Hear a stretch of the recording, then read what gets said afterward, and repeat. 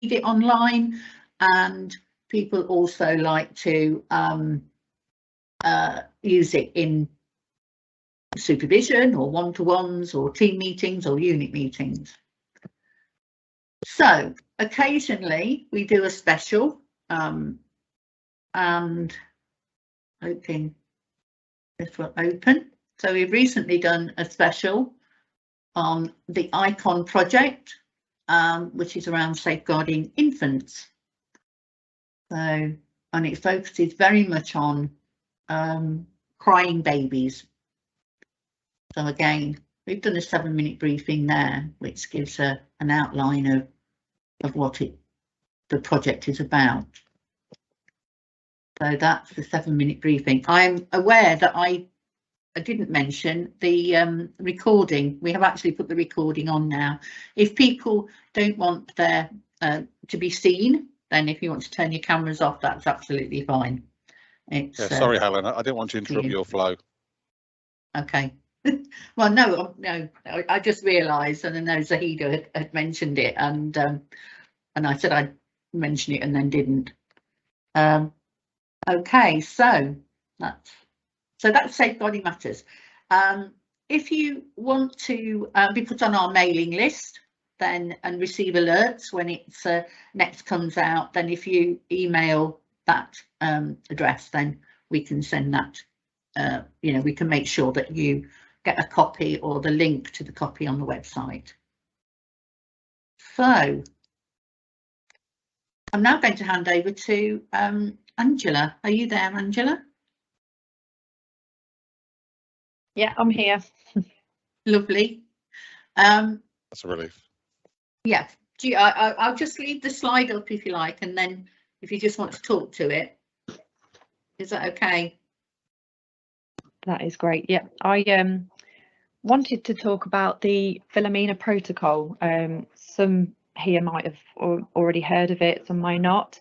It's a process that was first introduced by Durham Police, and people who work with adults may have heard of the Herbert protocol, so it's very much along the same lines as that, but it's for use with young people, predominantly young people in care who go missing, but I would advocate its use for anyone really who goes missing. And the idea behind it is it's a 2-part form, which I can show you in just a moment. And that form gives a framework, a basis for whoever that young person lives with, who is at risk of going missing again, to sit down in advance of them going missing and have a conversation and talk about the reasons why they might be going missing, with a view that through those conversations, those reasons can perhaps be addressed. But in filling in the form, it covers all of the things that are going on for that young person, what they look like, who their friends are, what their social media accounts and things are, so that if they then do go missing, all of that information, sorry, my screen's going a bit funny, I don't know if anyone else is, all of that information is then readily available to the person that might need to report them missing. So if they are in a care home, then it could be that the person who reports them missing doesn't know that young person very well. Maybe they're covering from somewhere else and never met that person until that day. But if the form has been completed in advance, they will have all the information about that young person that will enable them to report them missing with the best chance of finding them quickly.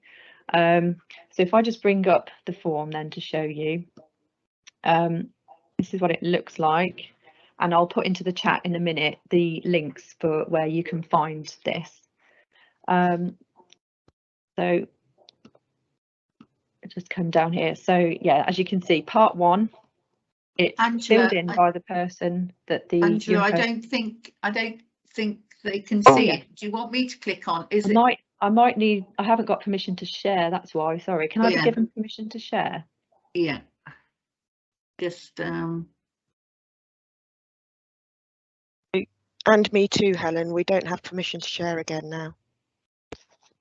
oh, If I don't, I can email it to Helen and perhaps she can share it. no, well, I can share it on my screen, but I'm where are we? Here we go. Make a presenter. There we go. Change. Oh, I have the power now, thank you. Yeah. Here we go. Right, can everybody see that?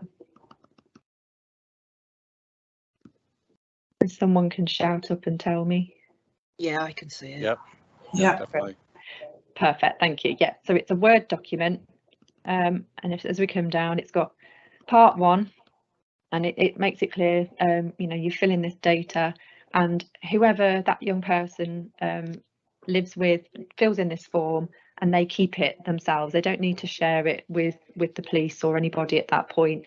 They just keep hold of it and make sure that you review it periodically so that it's always up to date, so that at the point that it's needed, it's got the right information, and you're not sharing information that doesn't need to be shared at that point. Some basic information about the young person, their preferred names. A photograph is really, really helpful. I won't read out all the boxes, but previous addresses where they've lived, because potentially they may go there. Schools they attend or have attended, and who the staff were there, because that might give us people we can talk to whilst they're missing. Reasons they've previously gone missing, significant dates that could trigger missing episodes, places that they go, habits and hobbies, medical information. Oh, sorry, skipped down too far. Descriptive information, information about any access to money that they might have, mobile phone, public transport access. It's quite in depth. It obviously does take time to do, which is why it's important to do in advance when people have the time. This page is for putting in any people that they might visit whilst missing, any associates they have, family members they might visit, and use as many of those lines as possible as they need. So that's the end of part 1, and then, as I say, hold on to that form, keep it up to date, but importantly keep having those conversations, and that's the aim of it really, is to get why are they going missing, so that support can be put in place. And then part 2 is only filled in if they go missing, and it's the circumstances then of what's happened on that occasion. And then I won't go through it all, but if you come to the end, it tells you where to send it basically when it's completed. So once it's all filled in, if a copy of this gets sent to our force control room at Leicestershire Police, and also the team that look for missing people, missing persons team at leicester.police.uk, that then gives them all the information that the police may well need to help find that young person quickly. So it sounds very simple, straightforward, because it is, and it's just something that we would ask everybody, you know, who works with young people to try and use. We did some training last week. I don't know if anyone here was at it, with all the children's homes and many 16+ placements as well, where we first told them about this. So it is quite new to Leicestershire, but it is deemed sort of best practice nationally, and has had good results in other areas. So if we can start making use of it here as well, hopefully we can prevent young people from going missing, but if they do go missing, we can find them much more quickly. So I'm just going to put, I've just seen a question, could this be used with vulnerable adults at all? I mean, yeah, of course. It's been designed for use with young people purely because that was the sort of demographic of people that was noticed was going missing repeatedly. But of course, definitely, I believe it could be used for anybody. It's just got to be somebody who works with them and knows them, that fills it in, and then someone who's going to be in that position that's going to report them missing at some point, if that's likely. I'm just going to go and get the links to put into the chat so that everybody can find these online, but they're on our police website, and they're also on the LLR Safeguarding Partnership pages under the information sharing section. Let me just, yes, Herbert Protocol. was indeed brought in for, I think, people with dementia predominantly, to locate them quickly. And again, it's about getting that information in advance, isn't it? And having it to hand when the emergency happens. So hopefully you can see in the chat the links that I've just put there. Someone just spoke up then. If I just show you on my screen again.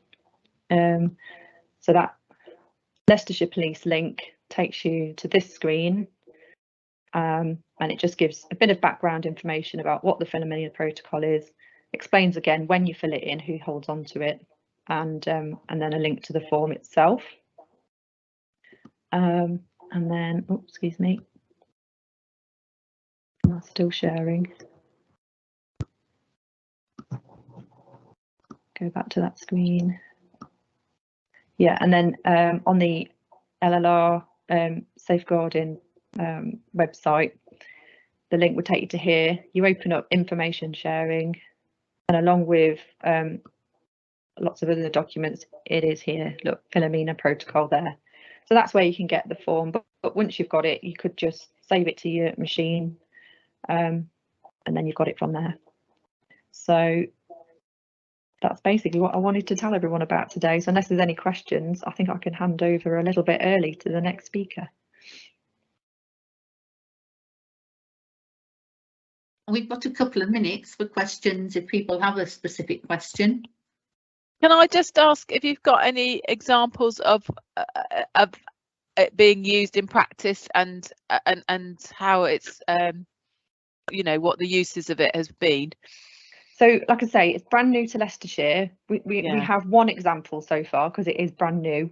So we've literally received our first one yesterday, having discussed it with a particular home, and it's really good. It's really in depth, and it's got a list of all the friends, associates and locations of this individual. So our next step now is to sit down with the staff at that children's home and work out our trigger plan, in terms of, you know, fast track lines of inquiry, that when that child next goes missing, what's the home going to do, what's Leicestershire Police going to do. It involves another county, so, you know, we can involve people from that other county and say what are they going to do. But we've all got the information now, so there's other things that the police can do in the background, with things such as, you know, financial information, phone information. But the aim is to get that information shared between all the people that are involved. So normally, like I say, you would hold on to that form until it's needed, until they go missing. But in this particular case, it's been a tool that we're now using. The home have gathered the information, and now we're going to work together to come up with a plan. But like I say, it is brand new to Leicestershire, but this is what we've been given the feedback from nationally, is where it's in use, people are being found much quicker because they've got the information up front. Great, thank you. Can I also ask, Angela, if if it's a child in care, foster care, who would hold that document? Would it be the child social worker? Would the foster carers have all those details of the child's history and things like that? Would they hold the document? Yeah, I think in filling it in, it could be a collaboration, couldn't it, between the social worker, who will probably hold a lot more historical information, but the foster carers who've hopefully got that relationship with the young person and can have the conversations, and ultimately are going to be the ones that report them missing in the first instance. So I think they need to hold the document themselves, so they've got it to hand and can quickly share it with the police as and when it's needed. But in terms of filling it out, that's why it's good to do in advance, because you've got the time to ask questions of all the people that hold that information. But I would say in that case, foster carers hold it. Thank you. Angela, it's Jazz from Youth Offending Service. Can I ask you a question? So Leicestershire County Council have a missing persons scheme as well, where, you know, we have a project where we have young people that are missed. When they're missing, we have like workers that go out and, you know, sort of when they return. Do you work interviews? Yeah. with Leicestershire County Council? Sorry, I talked over the last part of that. You said you've Sorry, got are you staff working who in do the miss and conjunction? return interviews. Yeah, that's the one. Yeah. As in, are Sorry. you asking if they would do it? No, as in, do you so yeah, they do the returns interview, but do you work in conjunction or alongside with the LSS system? So they're obviously independent doing those interviews, but when they've completed them, they do come through to us. So yes, that and the social workers. So by that information coming out of the return interviews and going back to the social workers, when the Philomena protocol is filled in, you would hope that the information that's come back from those missing return interviews will be fed in to that process. Right, okay. And I suppose that helps in with your sort of like stats and where, you know, where you've got vulnerabilities and okay. Thank you. Yeah, absolutely. Thanks. Okay. I'm not quite sure what we're sharing at the moment because I've got two screens and I'm not sure what's. Are you still sharing? I'd hope not. I don't think so. No, there's nothing on the screen. Okay. And am I sharing? No. Good. No. Okay. I just wanted to say that there is the joint protocol, children and young people missing from home or care joint protocol, and that's in the children's procedure manual. So and I think somebody's actually put that link in the I was just about to do that chat. actually. So has it been done already? I can put that in there if not. It's on the PowerPoint. On the slide, isn't it? But I don't know if you can cut and paste from the slide. So if I just put it in the chat as well. Okay. I can't share at the moment, Helen, if it's me next. Okay. I'm going to or is it? Let you I thought I'd given you permission, but oh, Angela, thanks very much for that. Thank you. That's okay. Please just share the word and let's get everyone using it. That'd be really helpful. Thank you. Okay. Hello, while people are just getting ready, can I just ask a question? The slides, people are asking about the slides, will be sent them? Well, it's not very easy to send them out to people because of the way we've set up today, but we could put the slides on the Safeguarding Matters newsletter webpage. Would that be okay if I posted that link?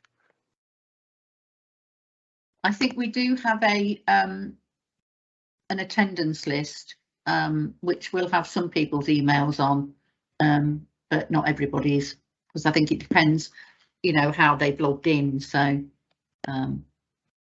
yeah, I'm just going to go to give Liz the power again, hopefully.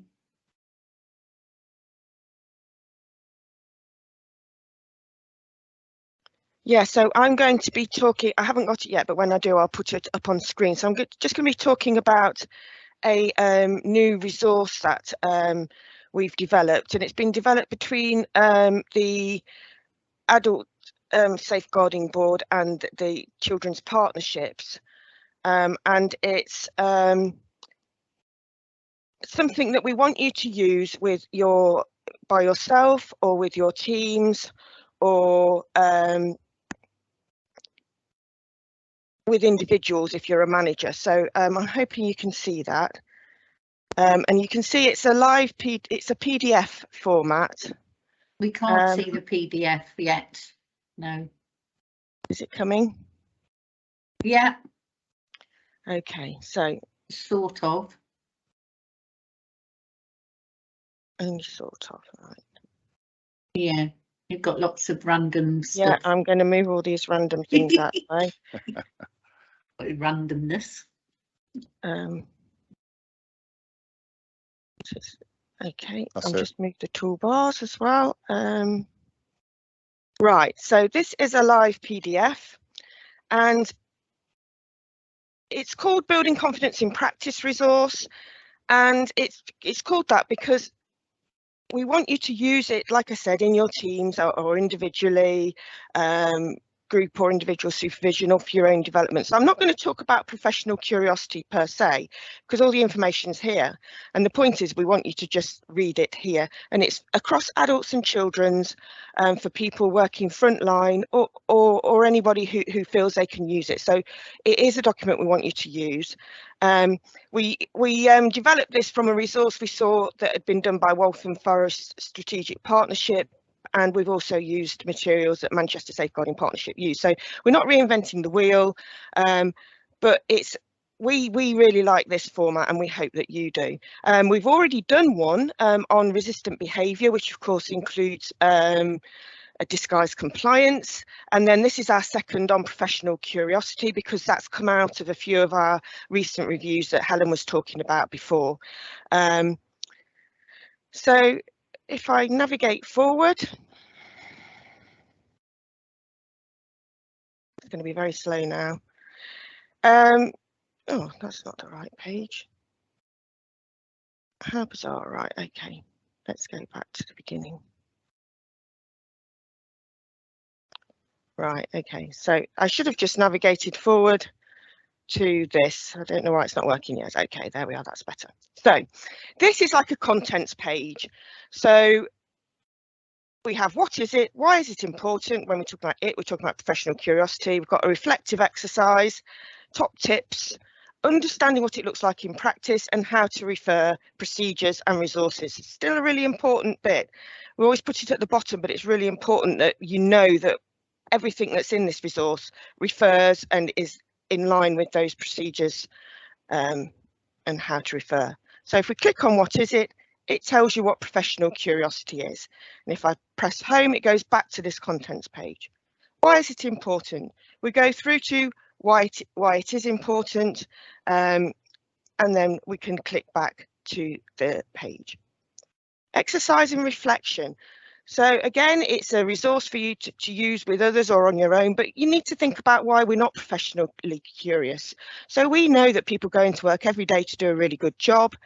So why do sometimes we miss things? What are the barriers to us being professionally curious? Just asking some of those questions, being respectfully nosy. And so we look at some of the barriers, and we also look at perhaps how we can overcome some of the barriers. And what we also recognise is that where there's barriers, sometimes and often that's about confidence, and confidence is about how we feel in our environment in terms of how we're supported. And so we've got a little bit about supervision and leadership and how they can support their staff or volunteers or people that they're working with. So there's a few tips there for supervision and for managers there. Okay, so if we go back to the contents page, we've then got top tips. So top tips, under each one of these are some top tips.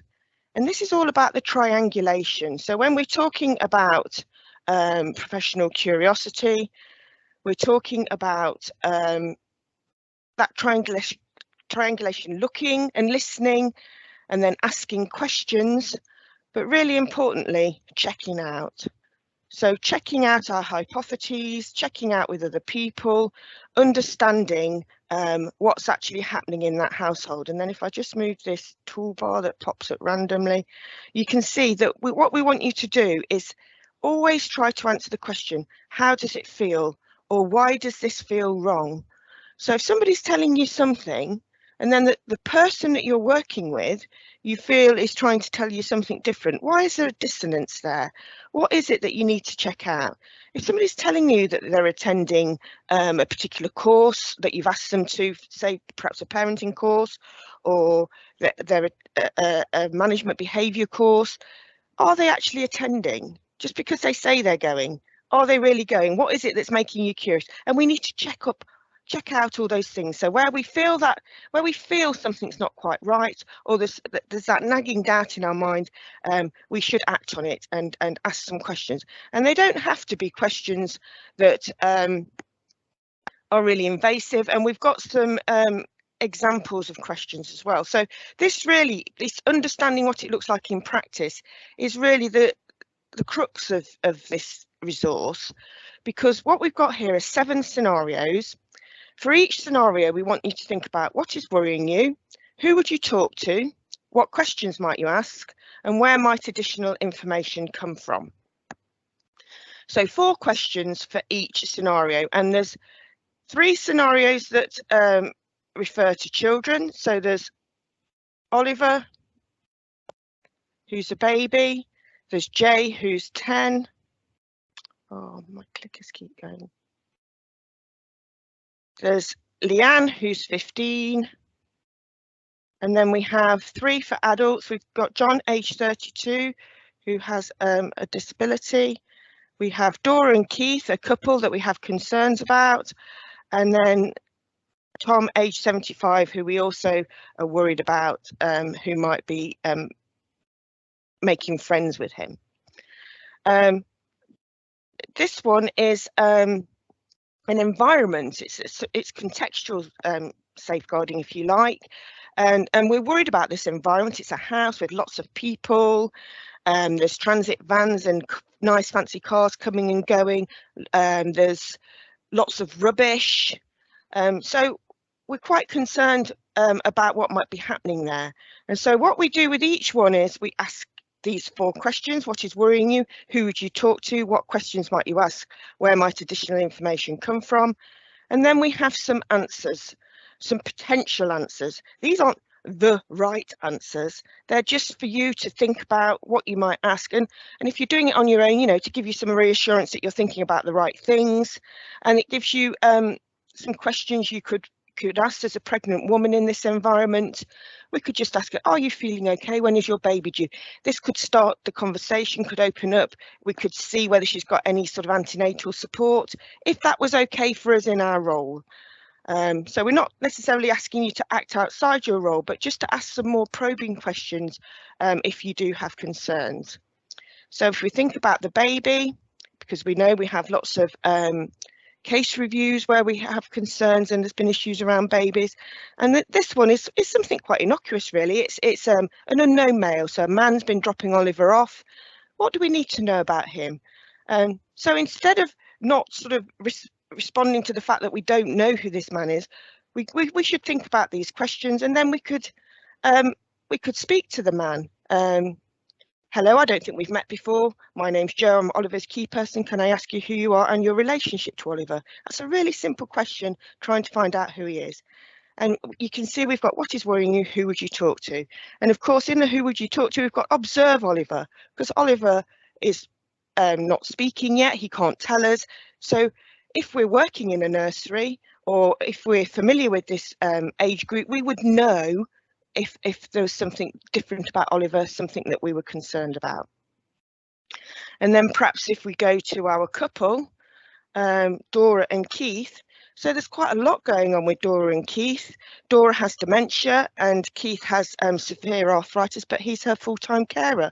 And neighbours have been hearing worrying shouting, Keith shouting that he will kill himself if she disobeys him. So quite concerning things that we're hearing, but they've refused any help. We don't think they have friends and family. So now we've got an in because Keith has actually agreed a visit for a carer's assessment. So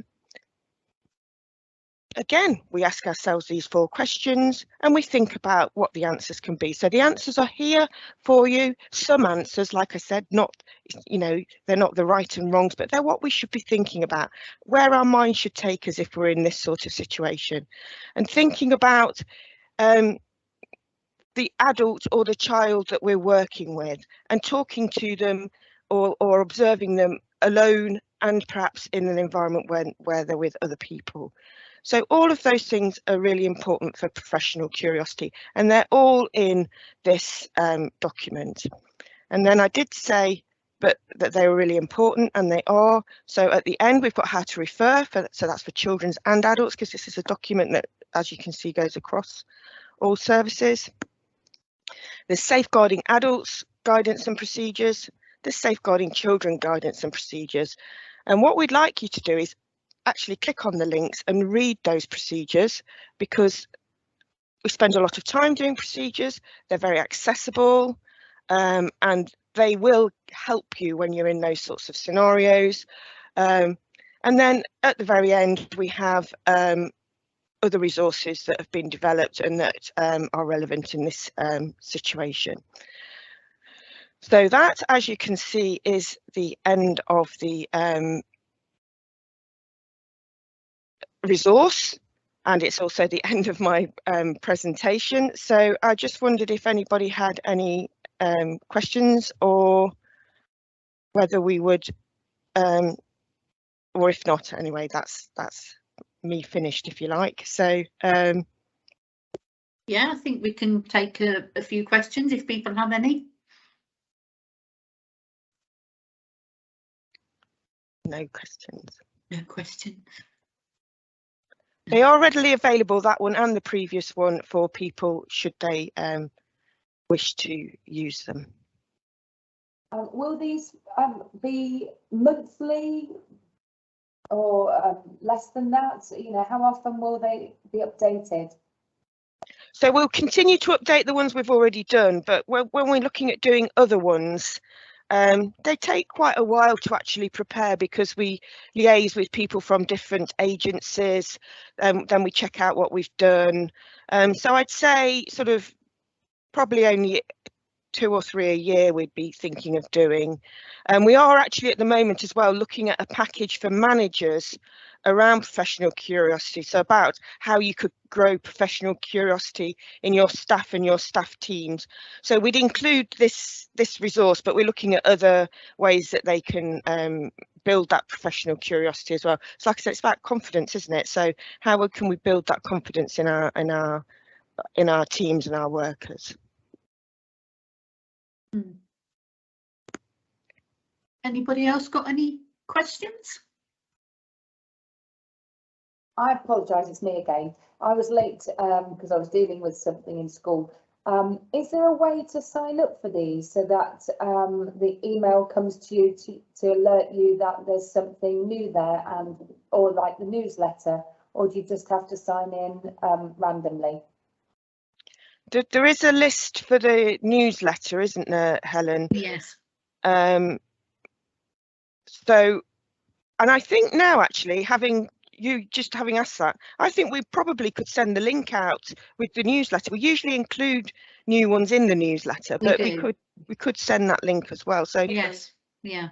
So if you want to sign up for the newsletter, we'll put they have to email the LSC.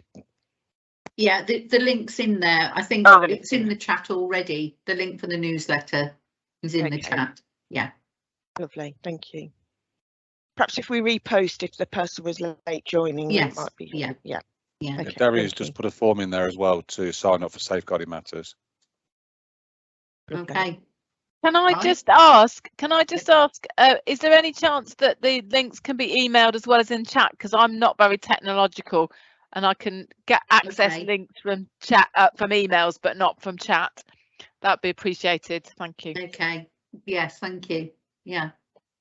I know it's difficult. You know, you assume that everybody's got the same sort of technological devices, and of course they haven't. And I know some people are accessing this by their phone and sort of things like that. So yeah. Yes, we will try and get the information out to everyone. Okay, I'm going to just, if you don't mind, I'm just going to check my where we are on the programme. So okay, yeah, good, we're on time. I'm going to just run through some stuff around financial abuse, and then I think we might have just a 5-minute leg stretch and then start again, if that's okay.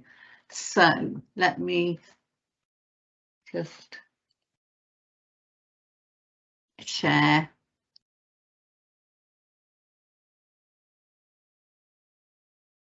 Okay, just need to check. Can you see my screen? Yes. Yeah. Can you see the PowerPoint? Yeah. Okay. So this is the presentation on some work that we've been doing around financial abuse. Unfortunately, Joe, who was due to do the presentation today is unwell, so so I'm going to just go through it. Under the Care Act 2014, we have a category of financial abuse.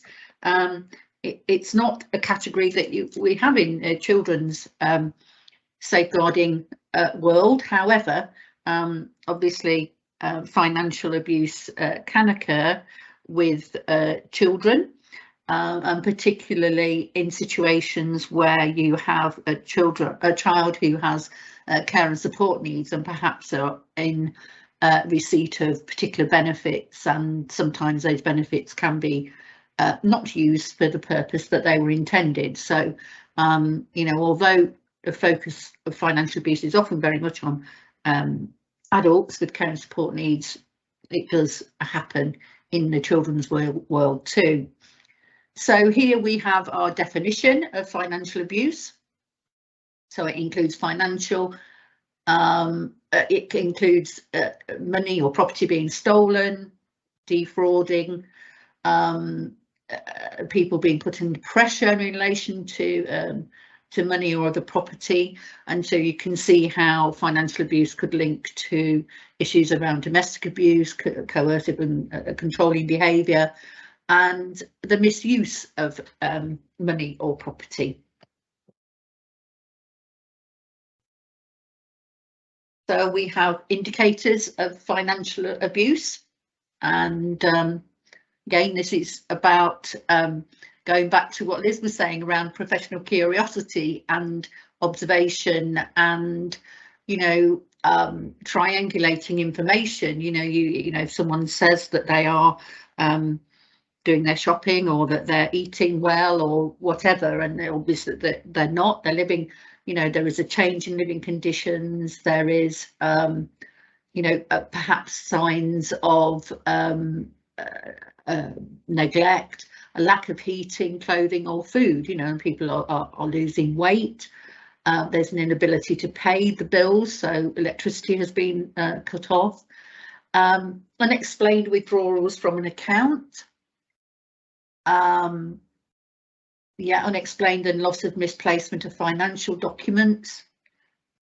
And the recent addition of authorised signers on a client or donor's signature card. Again, you know, it's about people's intent, if you like, of becoming or having some sort of power of attorney, you know, to making understanding whether those things are being done in the best interests of the person concerned. And as it says, the list is not exhaustive, so types of financial abuse, obviously theft, fraud, exploitation. A big one at the moment are scams, and there's a lot of, you know, there's been a lot online and lots of information out there in the media about scams, and you know, it isn't just older people that are victims of scams. You know, we're all I think have to be really careful, and the scammers becoming more and more clever at doing these things. Coercion, obviously in connection with finances, and withholding of money.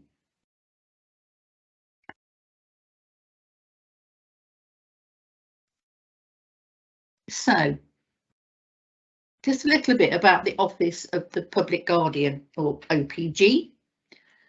It's a government agency, and it is responsible for taking action where there are concerns about an attorney, deputy or guardian. They register lasting and enduring powers of attorney so that people can choose who they want to make the decisions that are important to them. They maintain the register, supervising deputies and guardians appointed by the courts and making sure they carry out their legal duties. Often deputies are, sometimes that can be obviously the local authority. And then looking into reports of abuse against registered attorneys, deputies or guardians.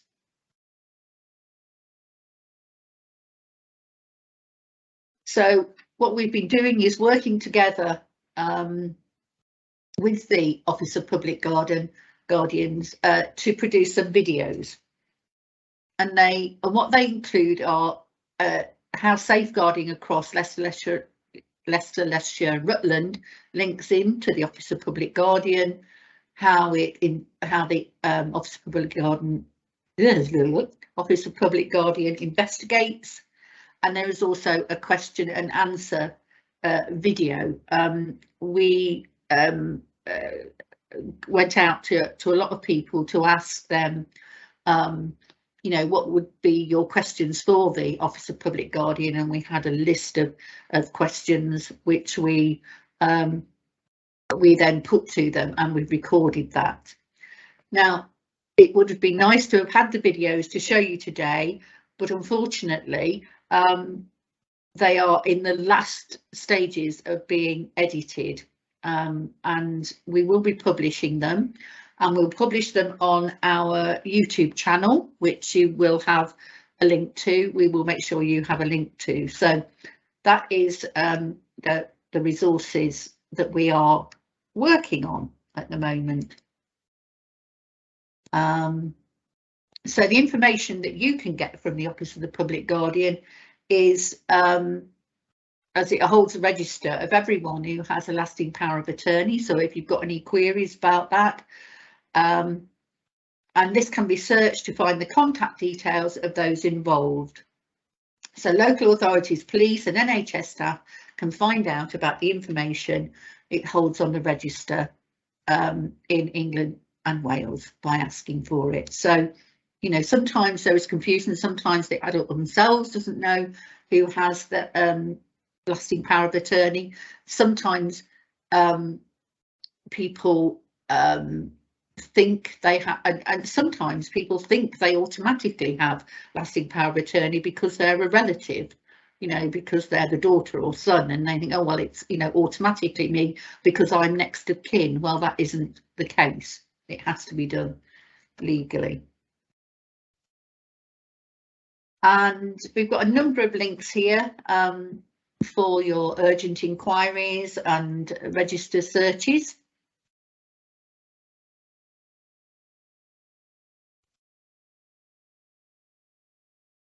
And then it tells you here about what information the Office of the Public Guardian can disclose. You will be told if it is for health and welfare, because obviously there are two separate parts of it. You know, there is people who can make decisions about someone's health and welfare, and someone can obviously make decisions about property and finances. So obviously the registration date and the contact details, and if there are any restrictions on a power of attorney or a court order.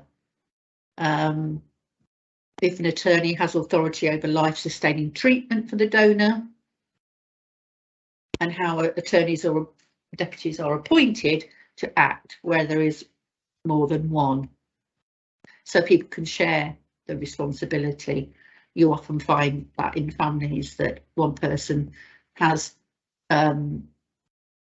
enduring power of attorney over one aspect of someone's health and well-being, and the other person has financial responsibilities.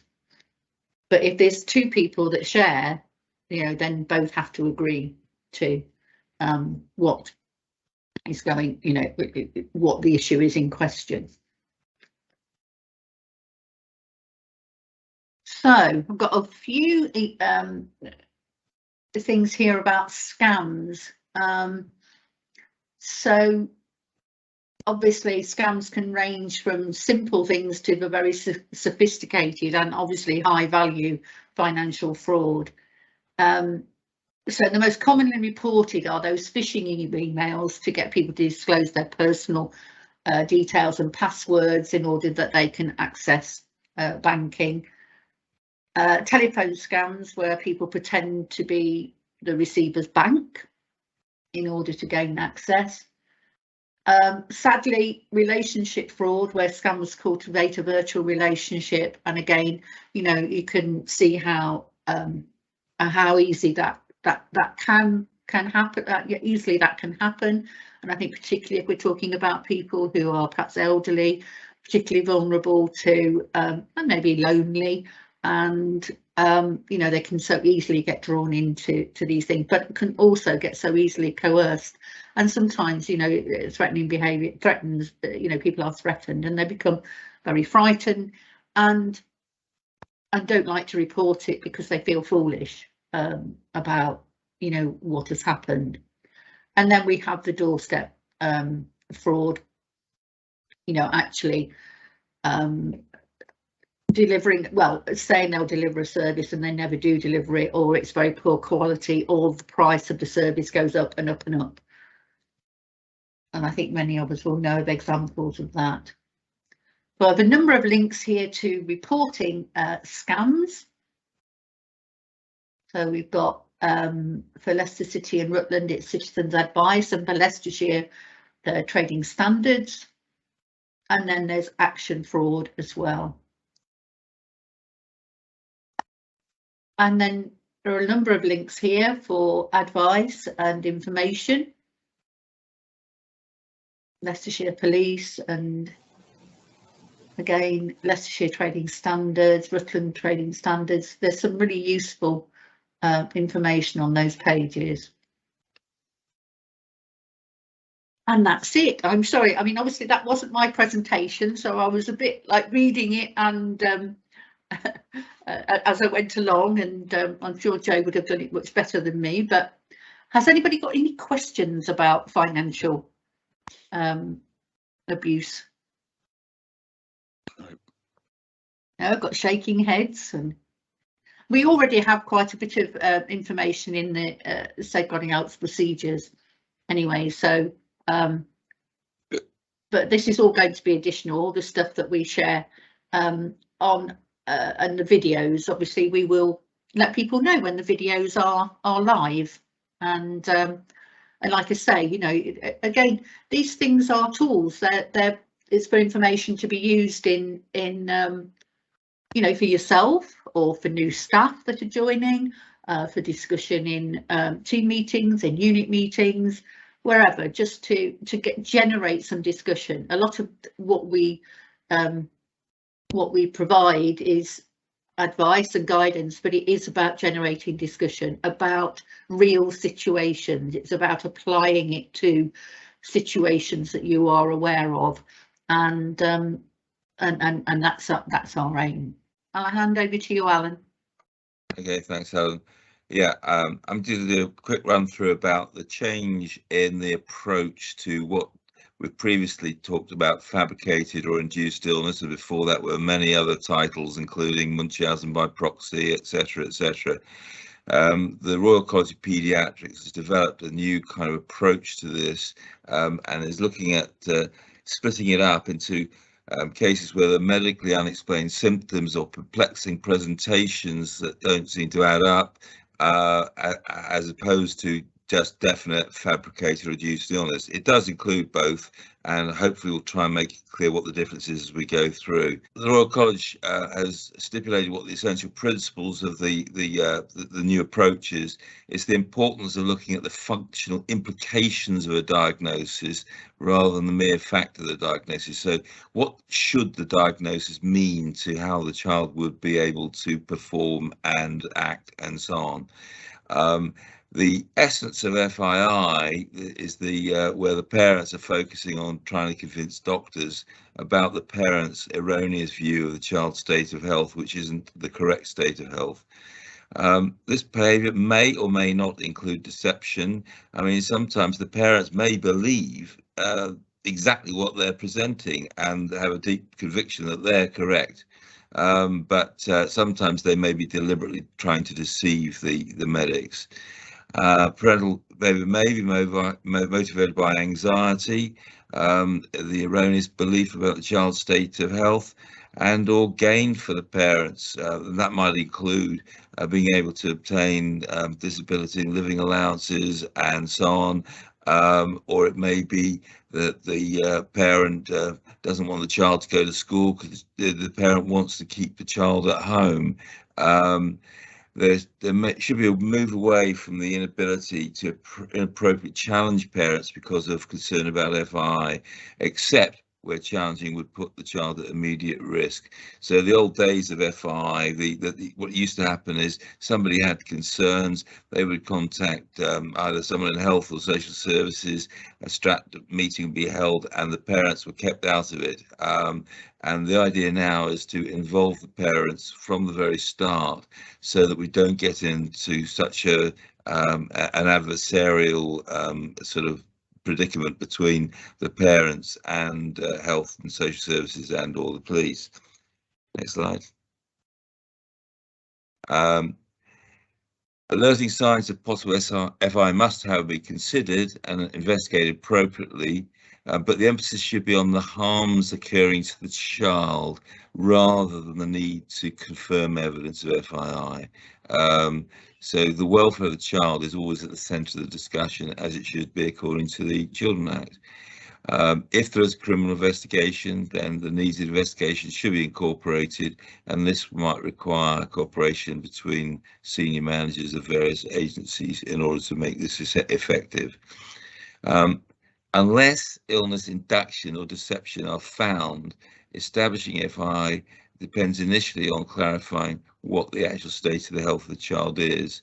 And that's what this new approach is about, is trying to clarify really what is the health of the child rather than what the parents are presenting as the health and state of the child, and then gauging parental reactions and responses in the light of these findings. Okay, next slide.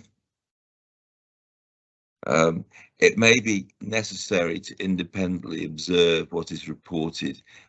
For example, if the parent is saying that the child is has to be, say, in a wheelchair or whatever, but at other times the child can be seen to be running around the neighbourhood, and then clearly that may help to clarify the situation you're in.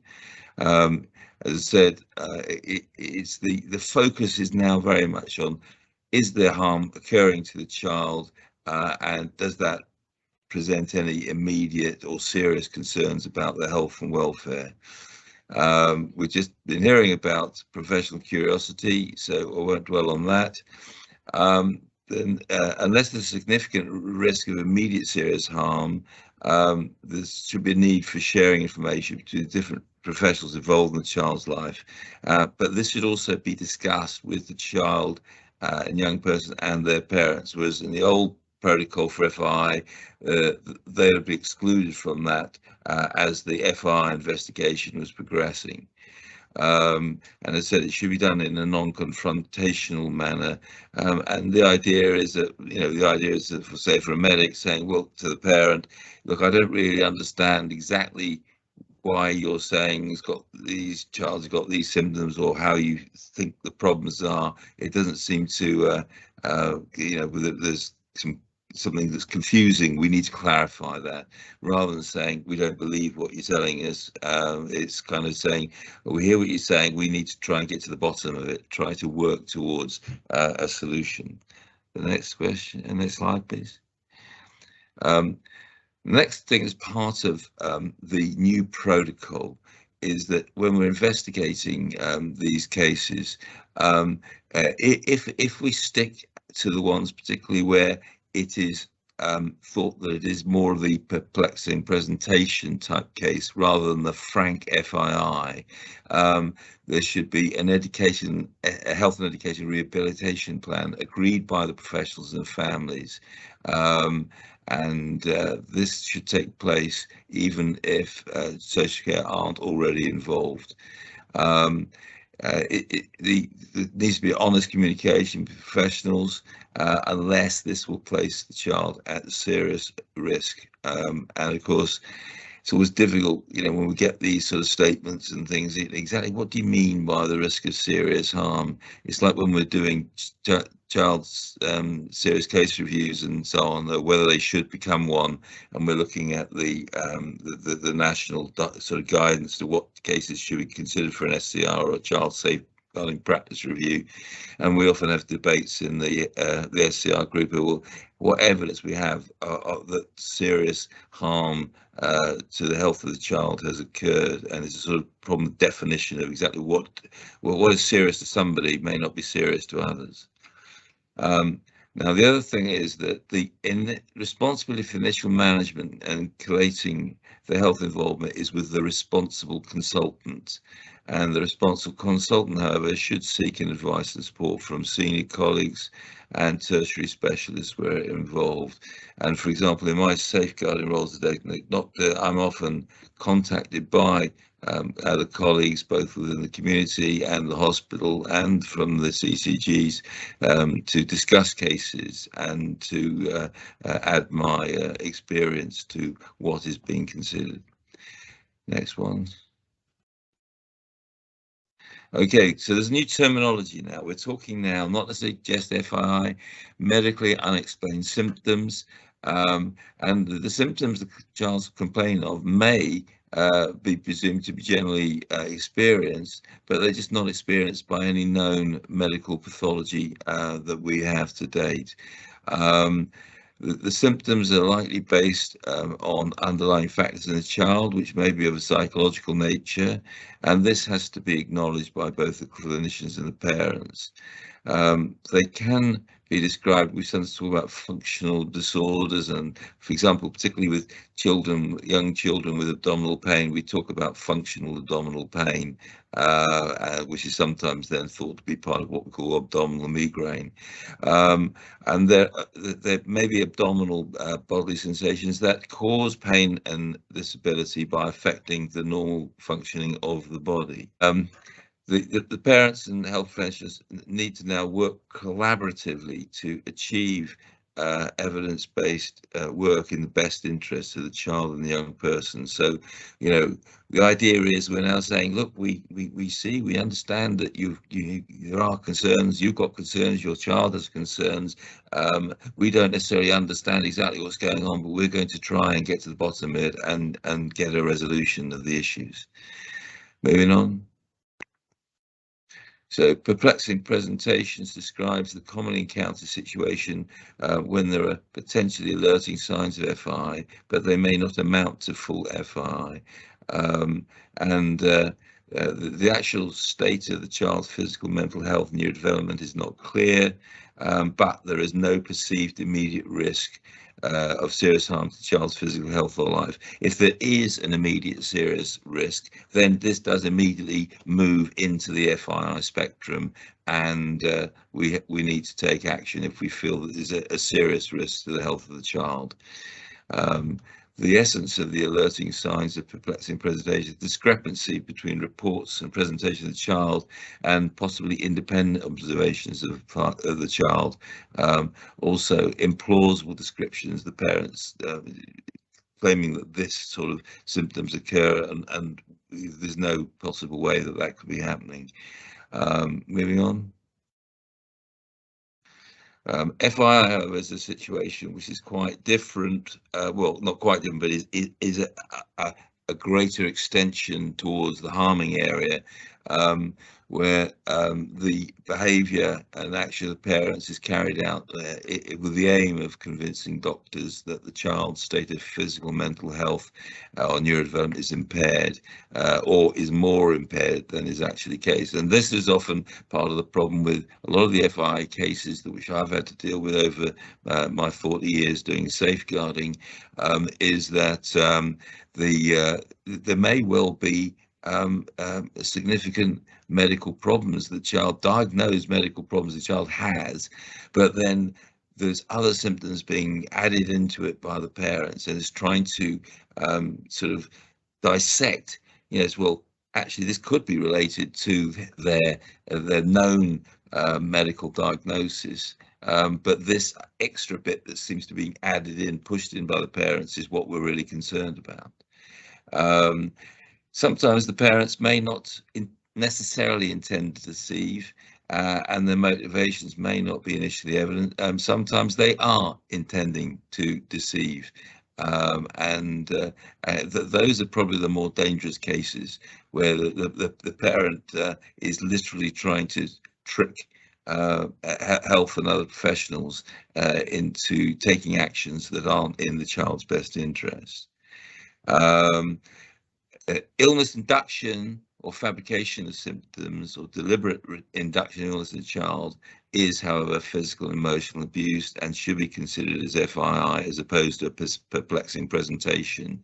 If there is evidence that the child's motivation for harming the child is to convince doctors that the purported illness is in the child, whether or not there are recurrent presentations to health and other professionals, and this can particularly be important in cases of suffocation and poisoning, because when these sort of cases occur, and I'll show you an example in the slide later, the outcome can be very serious or even fatal.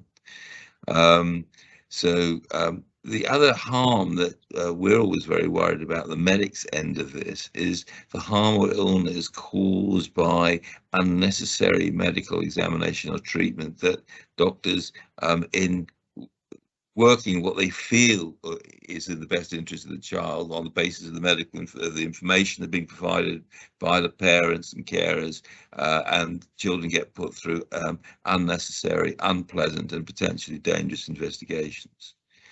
Okay, next slide. Okay, I'm just going to show you just a few cases, just to give you a flavour of what FII is, opposed to what are perplexing presentations. This was a case I dealt with when I was working at St Mary's London when I was a registrar, and it was a 4-year-old girl with a family history of inflammatory bowel disease, Crohn's and colitis, and she presented with abdominal pain and rectal bleeding. And the mother showed good evidence of the rectal bleeding by bringing in several pairs of the girl's knickers stained with blood. However, when we were doing the clinical examination, it was relatively unremarkable, and particularly inflammatory bowel disease, when you do a rectal examination, and usually there are clinical signs such as rectal fissures and so on, which weren't present.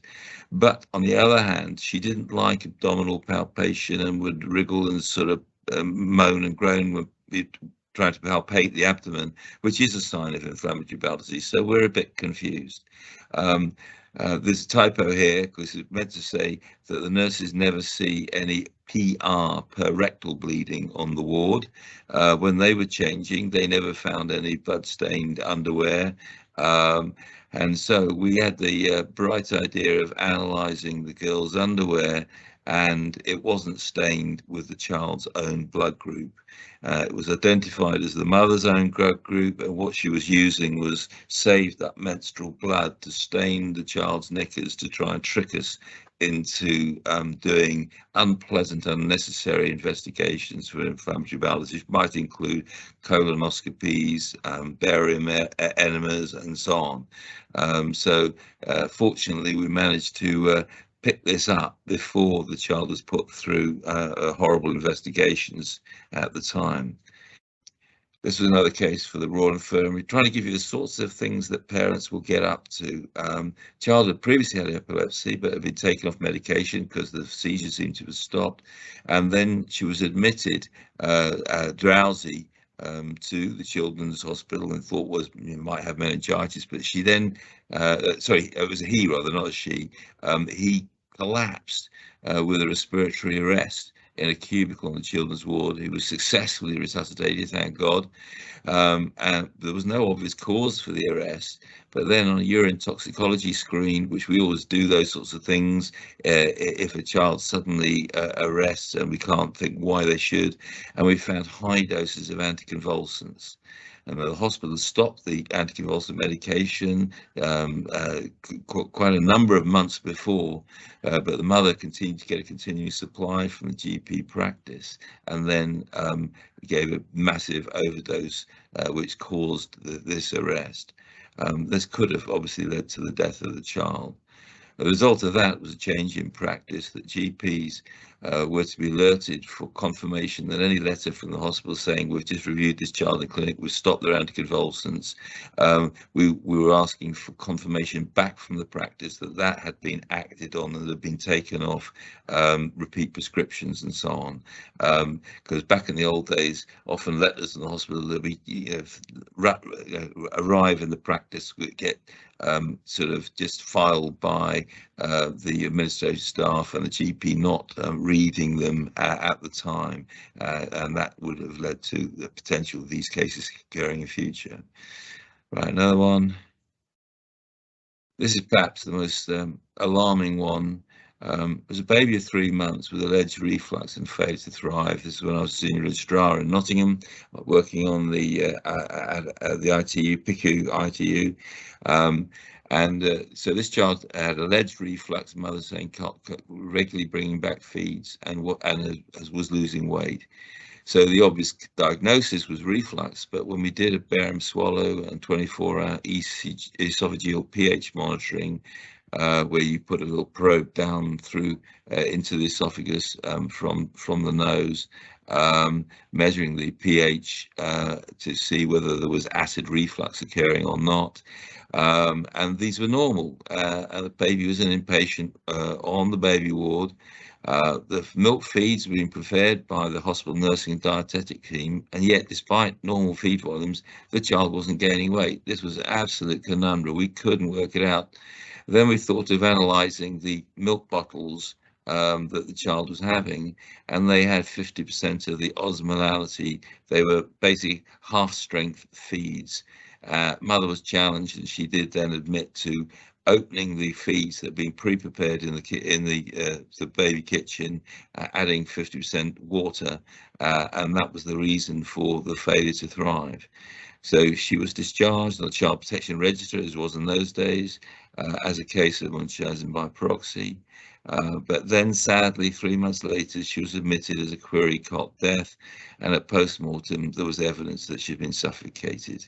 The mother was charged with infanticide, and I was on my way to Nottingham Court. I was about 10 minutes away when I got a phone call from the police officer in the court on my brother's old brick phone, and it said, "Sorry, Doc, you don't need to come. She's just changed her plea to guilty on the first day of the trial."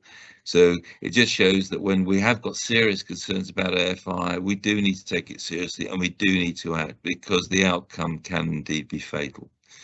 Moving on. Another one from Brighton I was involved with. This girl of 4 was being admitted with hypothermia, very cold, and no cause could be found. She then got treated for narcolepsy when she was getting sudden collapses, and was treated with a stimulant called modafinil, which is the normal treatment for that fairly rare condition. And despite repeated episodes, beside the treatment, there were repeated episodes of collapse. And this was difficult to understand. We're giving the right treatment. Why are these still occurring? A urine toxicology screen was normal, but the child remained sleepy. And again, we thought, what on earth's going on? A further sample of urine was then taken when the mother was not on the ward and was found to have diazepam not prescribed for the child. And what the mother had been doing is, when she knew a urine sample was being taken because she was suspicious that that she had already been fingered, she was providing a sample of her own urine, and that was analysed. The GP records of the mother then showed that she had been prescribed night sedation, diazepam, and she had been giving this to the child to try and fool the medics. The reason why the child was hypothermic then was discovered when the child was then carefully interviewed by specialist trained police officers, and she said that her mummy used to say she'd been naughty and would put her in a freezing cold bath water, and then once she was really cold was bringing up to hospital and then ending up with unnecessary investigations. Okay, moving on. Now, moving on to, those cases I've just gone through, they were FII. And I want to stress that FII, the real true blue FII, is actually very rare. These cases are not common, whereas perhaps the perplexing presentations are a bit more common. And examples of where we might be thinking about it, a perplexing presentation, is child said to have seizures by the parents, but they're only ever witnessed by one parent. They haven't been seen, they've never had a seizure in the nursery or in the school or in the grandparents' house or anything. That raises your suspicion.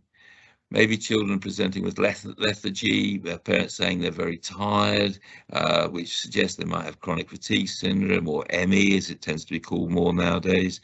But at school, the schools say, well, we don't see that. The child gets up and runs around the playground like a good one.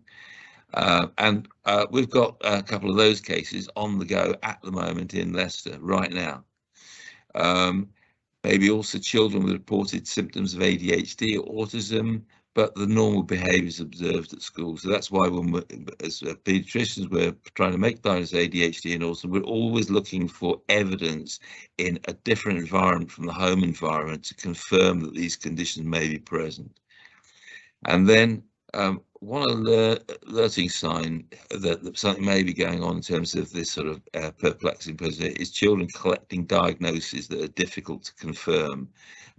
And these might include headaches, abdominal pain, vomiting, cyanotic when it's apparently going blue. What we'll always be doing in this, certainly say with cyanotic episodes or with seizures, we'll be asking the parents to, if you had one, we'll take it. Everybody's got videos on their phones now, so they should be able to provide some evidence to help us sort out the wheat from the chaff.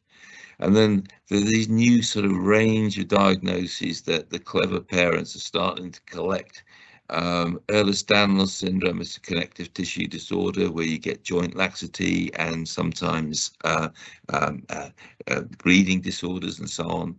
Sensory processing disorder, where it's claimed that the child has problems with noises and textures and so on. ARFID is a very new one that's been described, which is avoidance restrictive food taking disorder, where the parents say, well, the only thing the child will eat is chicken nuggets and chips and won't touch anything else. And as a result, the child is failing to thrive and lose weight. And then the even harder ones to deal with and assess, the regional pain syndromes, where the parent, the child is saying is getting pains in the legs, or the legs and the arms, or the back, the abdomen, and trying to sort out what is real pain and what is maybe just perceived pain, and pain that's not there is very, very difficult to sort out. There is a pain clinic based in the Royal Infirmary, and they do their best to try and work out what's going on. Next one. Now, this is the new thing as part of the new protocol, that when we're looking at these cases of possible FII, but also just the perplexing presentations, we need to establish health and education rehabilitation meetings. The purpose of the meeting is to try and define the child's state of health and areas of continuing uncertainty about what, okay, we may agree that yes, we can see these things and we agree that they're present, but other things where maybe the parents are saying they've got this or that and the other, and we can't find any evidence from anyone else independently that that's going on. Also to try and work out what is the nature and level of harm to the child, because if the nature and level of harm to the child is serious and high, we may move from the EHRP, H in the ERP, to a genuine FII Section 47 investigation. The meeting should also decide whether to commence a chronology, because these can be very helpful. That when we should, how frequently the meeting should be taking place, and then the really new addition to the whole approach to this is the requirement for specialist psychological therapy for both the parents, the perpetrators, and for the children. And that is something that is slightly holding up the introduction completely of the new protocol. Is we're looking for ways to find these are going to have to be really specialist psychologists who really know what they're dealing with. But we have got an active process going on looking for appropriate psychologists. One case has already been dealt with. In order to get the appropriate psychological support, we had to access professionals who are actually based in Essex. And then finally, any information given to professionals by the parents or carers outside the meeting need to be clarified with the other health agencies before anybody acts on it. Okay, next slide. If the parents agree to the health and education rehabilitation plan and want to work together with the professionals, great. That's the way forward. And we're trying to have, as I said, a non-confrontational approach. We're agreeing with the parents. Maybe we don't understand exactly what's going on, but we're going to work with you to see if we can resolve the problem. However, if the parents are refusing to cooperate with the plan, then it moves on to a situation where we need to inform and refer to children's social care and make sure that the parents are also informed that that referral has taken place. Next slide. I think I've just more or less said all of that. I think we could avoid that. Go on to the next slide. Okay. These are I think it's my final slide. These are the possible perceived difficulties that I see with the new protocol. One, identifying the responsible lead paediatrician. That may be because either there are loads of different, sometimes when these cases come to light, the child is already being seen by 3 or 4 different specialists in different specialties. So trying to work out which of those should be the lead paediatrician is sometimes difficult.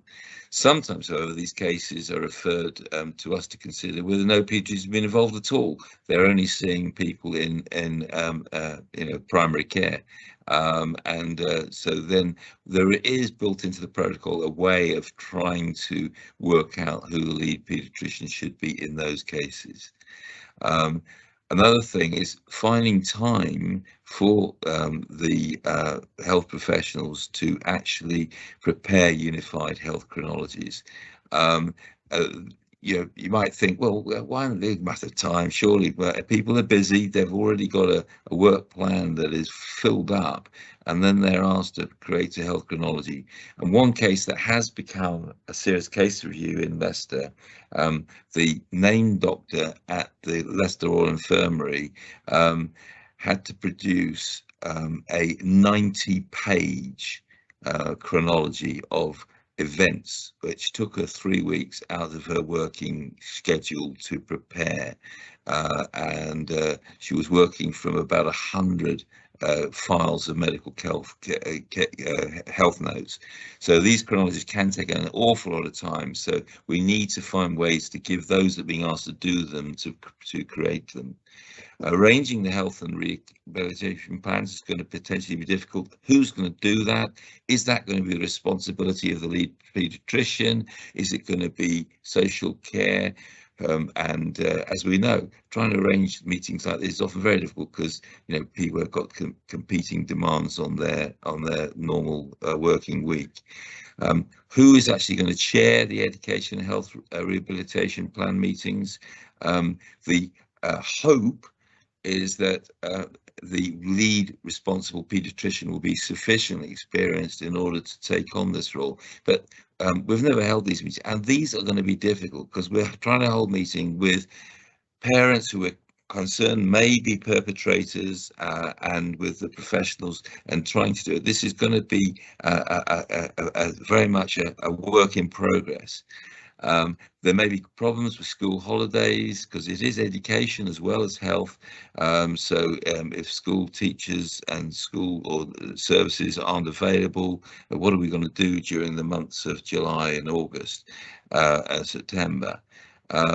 And then the final thing, the funding for psychological support, we're trying to identify. It has been taken up by the CCG, and we are actively looking to and the commissioners to get this psychological support funded and to find appropriate psychologists to give it. Okay, next slide I think is the last, isn't it? Yeah. There are 1 or 2 questions in the chat, which I've noticed. The interesting question from Iona: is there any research into why parents would behave in such a way? I know there was quite a lot a few years ago when I was practicing as a social worker, but I don't know. We do know the classic sort of potential perpetrator. They are more commonly females, something of a ratio of about 5 to 1.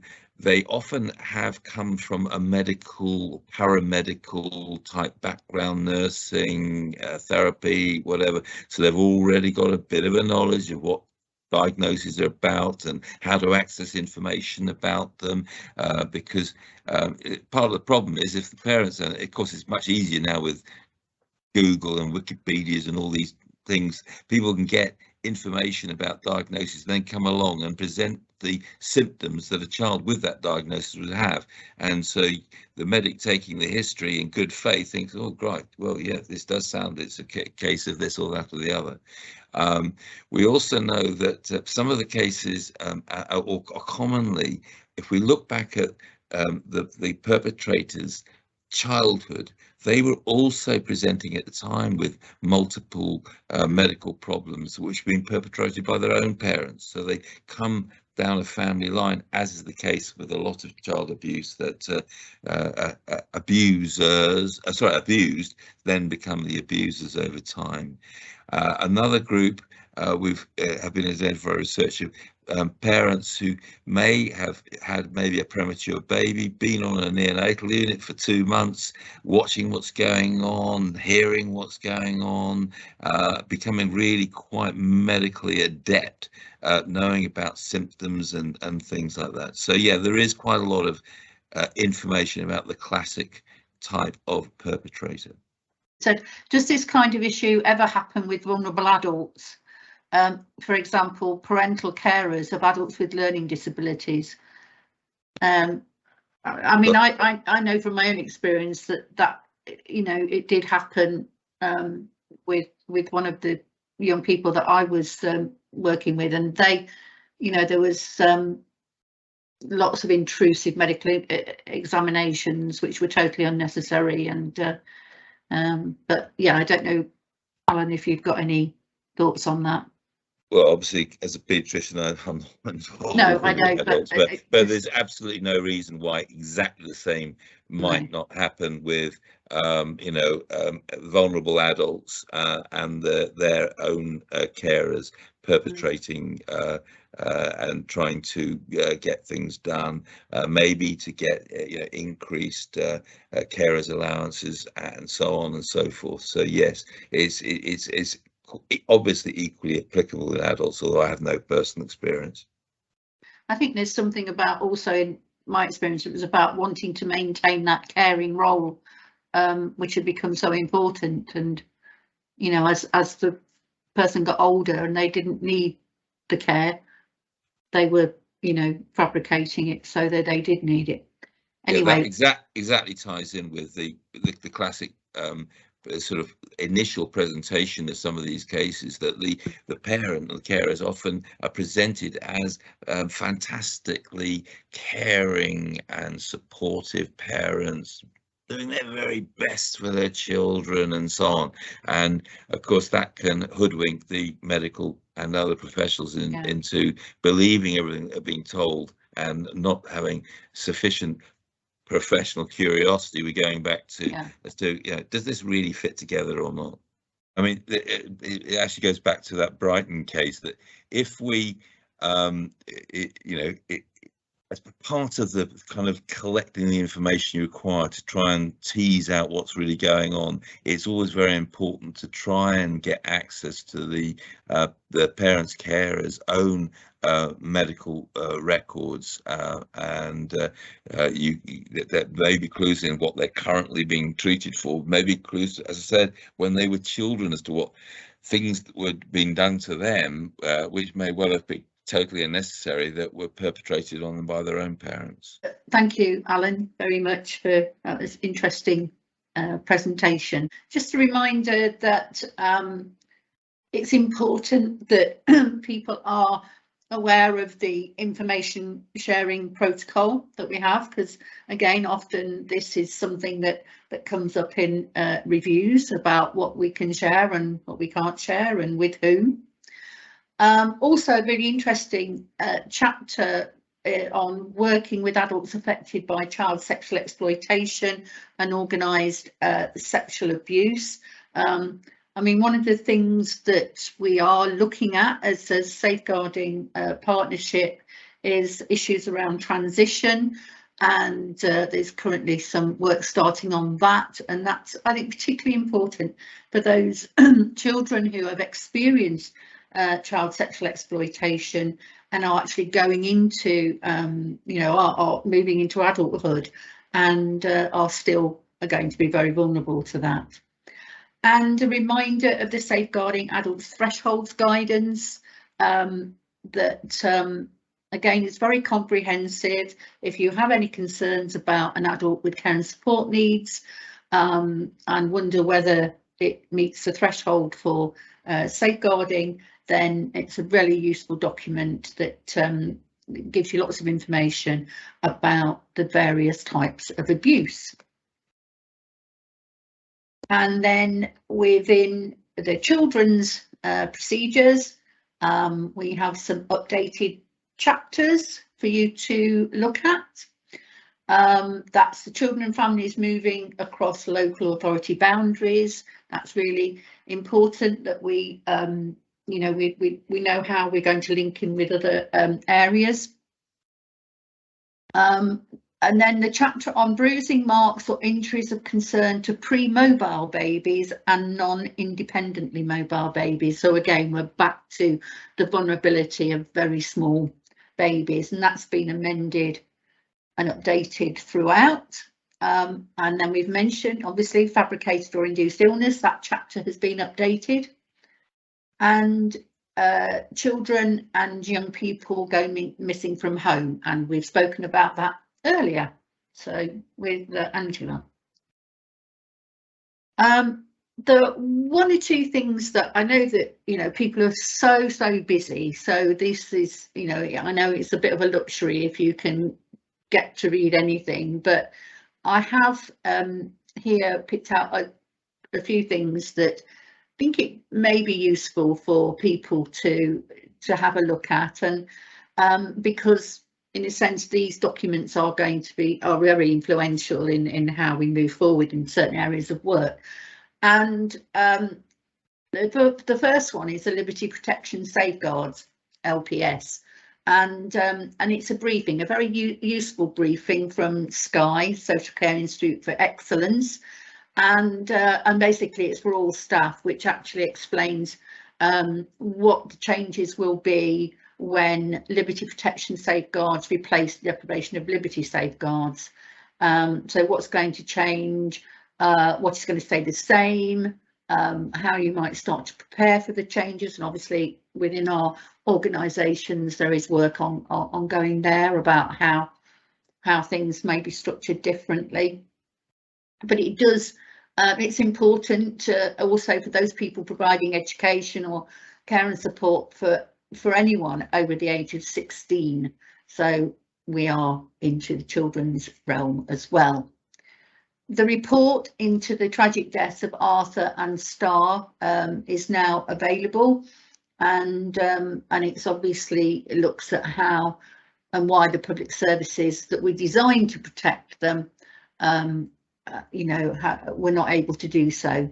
So that makes for very interesting reading. So I would suggest, if you have time, to read that. And again, within your organisations, I'm sure there are people who are undertaking, you know, are looking at this and actually seeing what the implications are for your own service. And then the independent review of children's social care, obviously the final report there.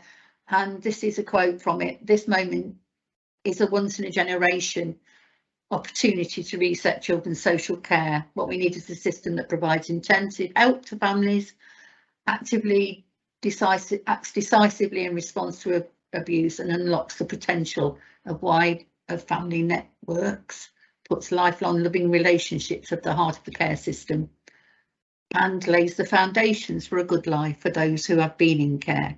So again, quite a radical change to the way that services may well be will be delivered in the future. So it's really watch this space. Any information that we get to the board, which we feel it would be useful to share with people, we do that. And like I say, we do it in different ways through bulletins and newsletters, and yeah, so we're trying to keep you up to date from a multi-agency perspective, but obviously within your single agencies, work will also be going on in those areas. Quickly, what time? We've got 4 minutes. There's some multi-agency safeguarding adult learning. The Leicestershire Social Care Development Group offer training to the independent and voluntary sector providers, and we have our new YouTube channel, which has only a couple of videos on at the moment, but I particularly like the Tricky Friends video, so people want to watch that. And we're planning some training at the moment around advocacy and the role of the independent mental capacity assessor, because again, mental capacity and its understanding of mental capacity is an issue for us. And then on the children's side,